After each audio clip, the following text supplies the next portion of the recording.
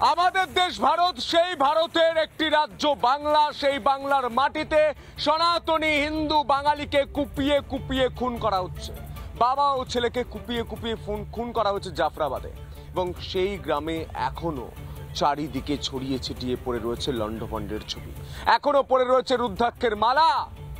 হরগোবিন্দ দাস, তার ছেলে, তাদের দুজনকে কুপিয়ে কুপিয়ে যারা খুন করলো, তাদের বিরুদ্ধে এই বাংলার পুলিশ কি ব্যবস্থা নেবে, গোটা বাংলার মানুষ প্রশ্ন করছে।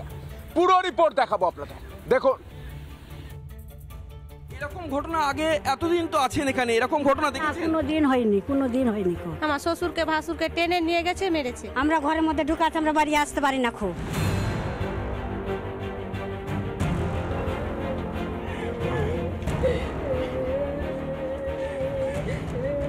ছবিটা বাংলাদেশের নয়, এপারের মুর্শিদাবাদের শামশেরগঞ্জের। ওপার বাংলার হাহাকার এপার বাংলাতেও। শনিবার জাফরাবাদে বাড়ি থেকে টেনে বের করে কুপিয়ে খুন করা হয় বাবা হরগোবিন্দ দাস ও ছেলে চন্দন দাসকে। এখনো পড়ে আছে কাঠের মালা, শুকোয়নি রক্তের দাগ।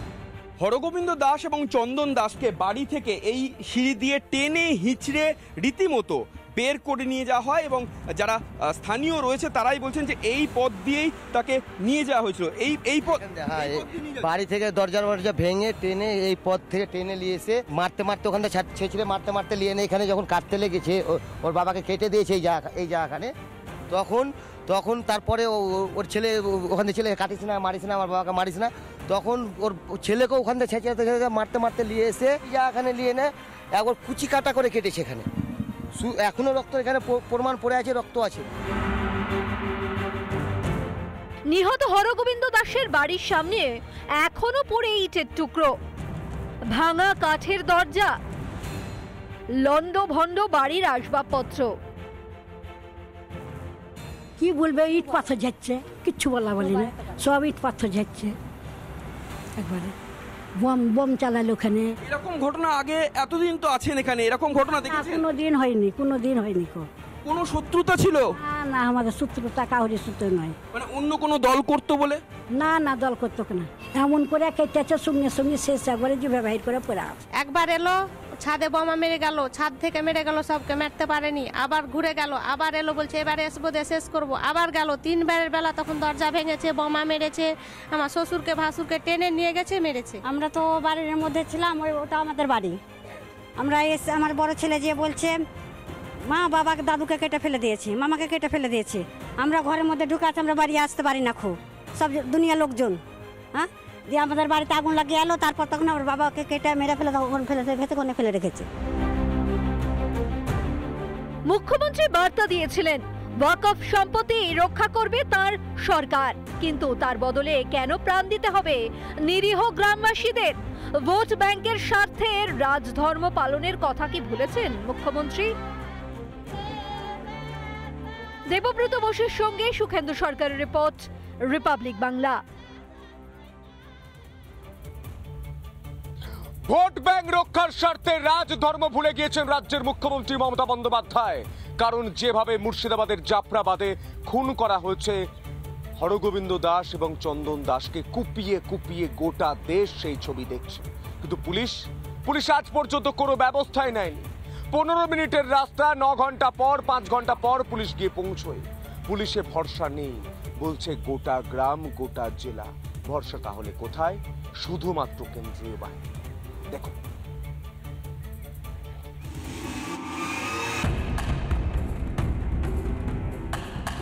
মসজিদে মিটিং করে এটা হয়েছে। গ্রাম ছেড়ে চলে গেছে সব। কেন চলে যাচ্ছে? এই যে সব আক্রমণ করছে পার্শ্ববর্তী গ্রামের কুলিতলা থেকে মুসলমানেরা।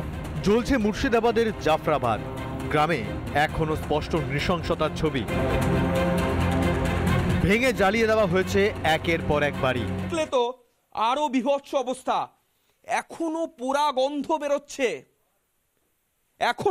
গন্ধ বেরোচ্ছে, আলমারি, শোকেস, ফ্রিজ যদি দেখি একেবারে সবকিছু পুড়ে ছারখার করে দেওয়া হয়েছে। পুড়িয়ে ফেলা হয়েছে, এখনো ধোঁয়া বেরোচ্ছে। আগে যেগুলো পোড়ানো হয়েছে সেখান থেকে এখনো পর্যন্ত ধোঁয়া বেরোচ্ছে। এখানেই শেষ নয়, অবাধে চলছে হামলা। গ্রাম জুড়ে ছড়িয়ে ছিটিয়ে ইটের টুকরো।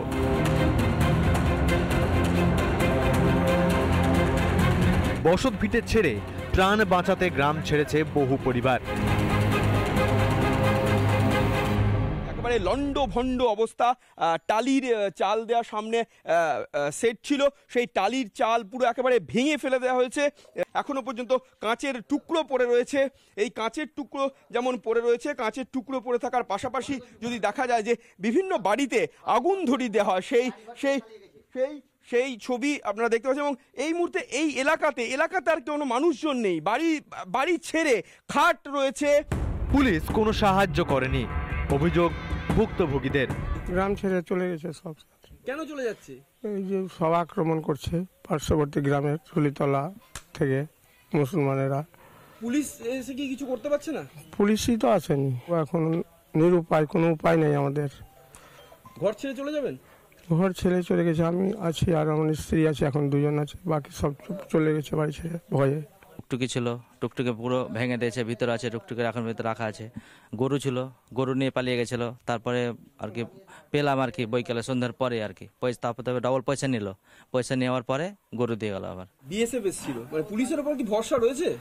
এখন দেখা যাক, এখন পর্যন্ত তো ভরসা নাই, পাচ্ছি না, কোনো কিছু পাচ্ছি না। সবাই তো আতঙ্কে ঘর বাড়ি ছেড়ে চলে গেছে। মসজিদে মিটিং করে এটা হয়েছে। মসজিদ থেকে জুম্মা পরে বের হলো শুক্রবার দিন।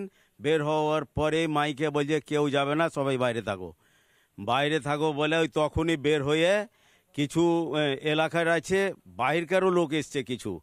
এখন ধরেন বাংলাদেশি, আমরা তো আর সবাইকে চিনি না। বড় বড় দাড়ি ছেঁড়া আছে, টুপি মাথায় দিয়ে আছে, কেউ মুখে কাপড় দিয়ে চোখ ঢেকে আছে। একমাত্র কেন্দ্রীয় বাহিনী এলেই ঠান্ডা হবে দুষ্কৃতীরা, বলছেন স্থানীয়রা।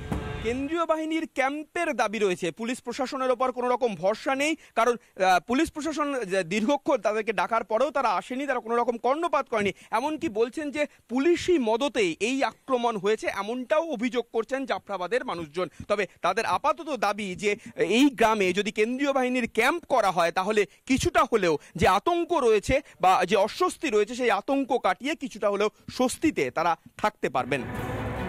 ঘর পুড়ছে অথচ প্রশাসন চুপ, মানুষ পালাচ্ছে, সরকার ব্যস্ত বিতর্কে। দেবব্রত বোসের সঙ্গে সুখেন্দু সরকারের রিপোর্ট, রিপাবলিক বাংলা। নানা ধরনের কন্টেন্ট দেখার জন্য লাইক করুন, শেয়ার করুন আমাদের ফেসবুক পেজ, সাবস্ক্রাইব করুন আমাদের ইউটিউব চ্যানেল। পাশাপাশি অন্যান্য ব্রেকিং নিউজের জন্য অবশ্যই চোখ রাখুন রিপাবলিক বাংলায়।